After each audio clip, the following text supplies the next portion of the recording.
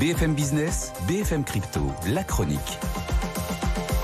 BFM Crypto, la chronique avec vous, Aude Sulek, et les cryptos qui ont été emportés par ce sell-off qu'on a vu du côté des indices américains. Et oui, pas de jaloux, et c'est même plus marqué du côté des crypto-monnaies.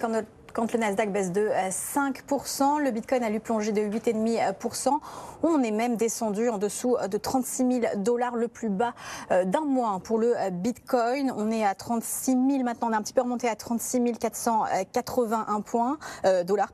Même chose sur l'Ether, plus bas d'un mois, 2 745 $ maintenant. Et c'est un mouvement de vente marqué avec des volumes d'affaires qui sont plus importants que d'autres jours, notamment environ 25% de plus pour le Bitcoin ou l'Ether. Et puis d'autres crypto-monnaies sont également touchées, le Solana ou le Cardano, qui perdent 12 ou 13%. Et vous nous parlez ce matin, Aude, de ce pas décisif pour Gucci vers les cryptos, parce que la marque italienne va tester le paiement en crypto.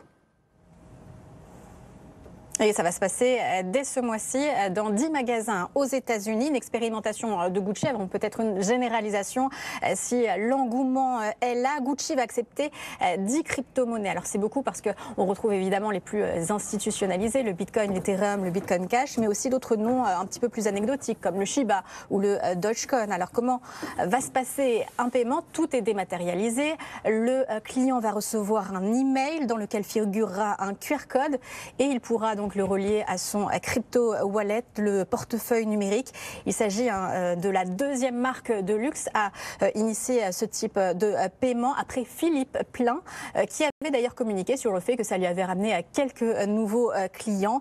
D'autres marques du groupe Kering pourraient suivre. On pense notamment à Balenciaga, qui a un petit peu le même type de clientèle, plutôt jeune, plutôt branchée. Kering choisit là l'approche du test and learn, tester et apprendre, selon les mots du PDG François-Henri Pinault. Approcher une nouvelle clientèle, oui, plutôt que d'attendre que les choses se passent. Mais accepter les crypto-monnaies, c'est quand même assez lourd à mettre en place, lourd fiscalement, lourd légalement, a rajouté le PDG de Kering. Et ça encore, on peut se dire que ça se passe aux États-Unis, mais que si ça s'était mis en place du côté de l'Europe, il y aurait encore d'autres obstacles. BFM Crypto, la chronique avec Aude Sulek, et c'est à retrouver évidemment en replay tout de suite.